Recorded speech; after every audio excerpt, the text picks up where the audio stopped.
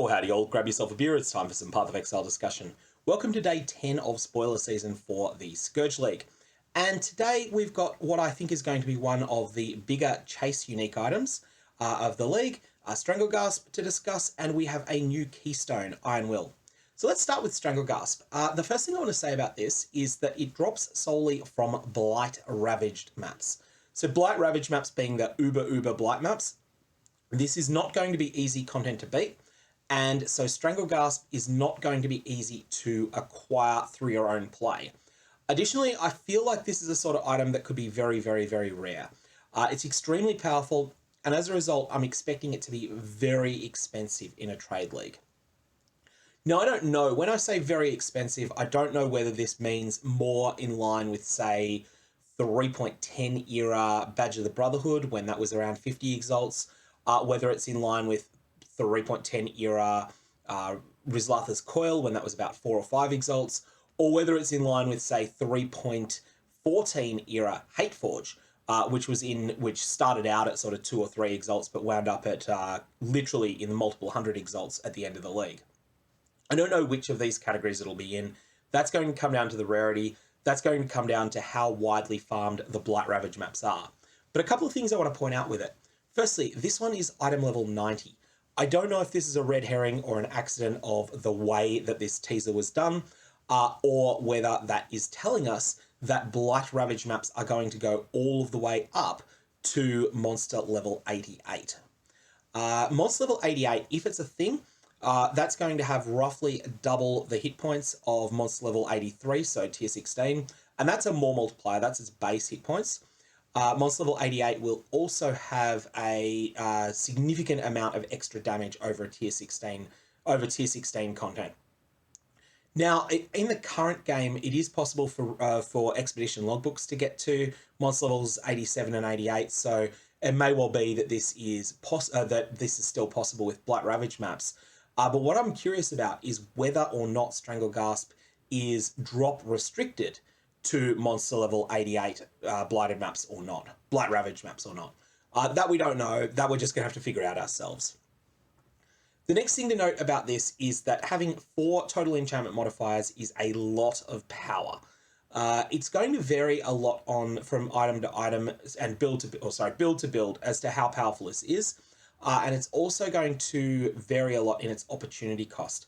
So for instance, if you are playing a spellcaster build, often your amulet would be providing +2 gem levels.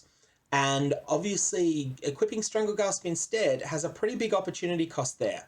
Is it worth it? You're going to have to make that decision for yourself. I think the answer will often be yes. Stranglegasp looks like you will have tremendous possibility to save a lot of passive points with it.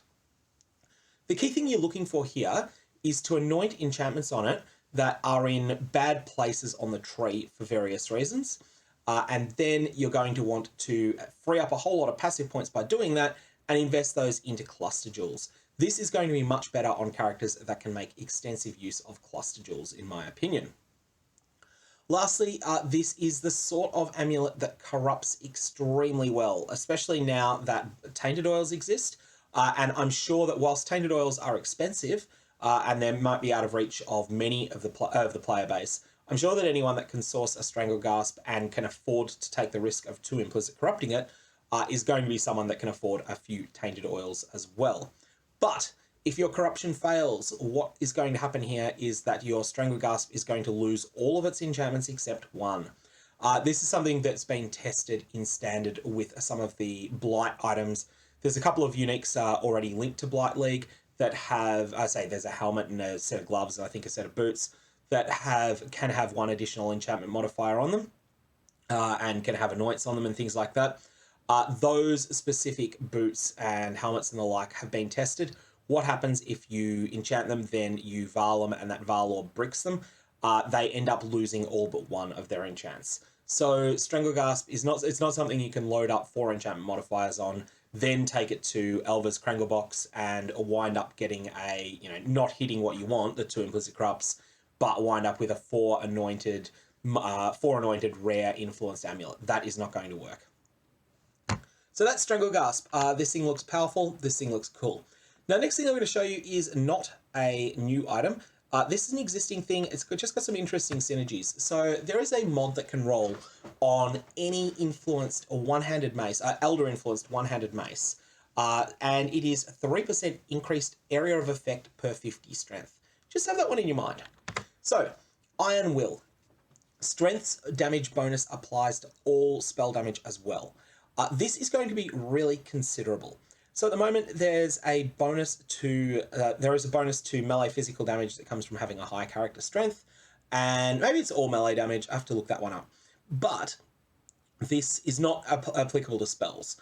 Iron Will is going to allow that to be applied to spells as well. We don't know where this is going to be on the passive tree, but there's certainly been a number of builds that have investigated strength stacking in the past.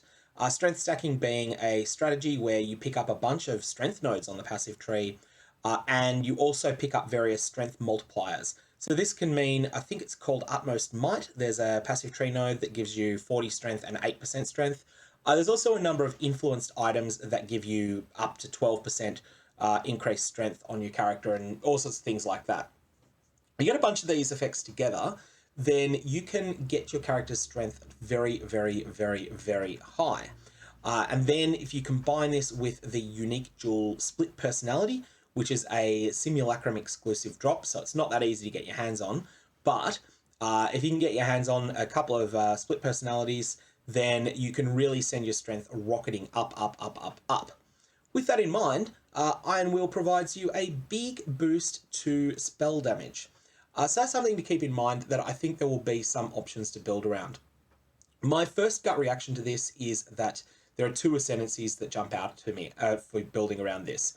The first one is the Chieftain. Chieftain is spellcaster friendly, even though it sort of also has a lot of totem themes with it. And it's in an area in the passive tree that's got lots of strength access. Generally speaking, tends to be the highest strength spellcasters that you will create through normal play. And so Chieftain is definitely an option. The other one is the Inquisitor. By virtue of being a Templar, it is in the right area of the tree, again, to have access to, so that all of its travel nodes pretty much are going to be strength ones. And additionally, it's close enough to the Utmost Might cluster that you can definitely take that. And then it's just got a lot of options around that area of the tree that it can pick up that will synergize with both sort of goals. And said Inquisitor might very well use the unique Mace Mjolnir, or they could use, if they're not doing lightning damage, they may decide to use an Elder influenced Mace instead to get their area of effect into the stratosphere. So you get a bit of a sense as to the amount of area of effect you can get here. If your strength is in the 1,500 range, then this mod is going to give you 90% increased AoE. And if your strength is in the 2,500 range, then this mod is going to give you 150% increased AoE. So that's quite a lot. And it can give you a lot of screen coverage at the same time as you're getting damage. So from the same stat as damage, which is really, really good to have. And also strength provides life. So this sort of synergy is something that I think might be a build around option. Anyways, that's all we've got for today. If you've got comments or questions, definitely fire away below. Otherwise, me or Valobs have interesting results, and I'll be back tomorrow with the day 11 news. And then on day 12, we have the big one where we're going to have the official GGG live stream. It'll be really good because that will be where we get the real information specifically about the Scourge League. That's the end of teasers. That's the start of a big info dump there.